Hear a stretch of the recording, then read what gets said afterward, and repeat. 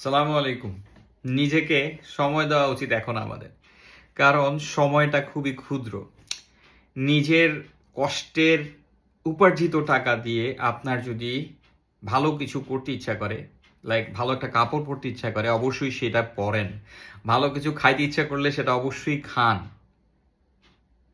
এমন না হয়ে যায় যে আপনি ব্যাংকে কারি কারি টাকা রেখে দিয়েছেন, আপনি আজকে চলে গেলে সে টাকার কোনো মূল্য থাকবে না।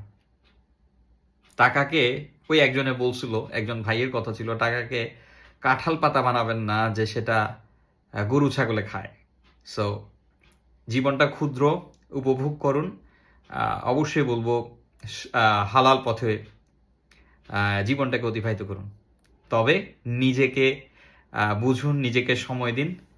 এটাই সবচেয়ে উত্তম হবে আপনার এই ক্ষুদ্র জীবনটাকে পরিচালনা করার ক্ষেত্রে।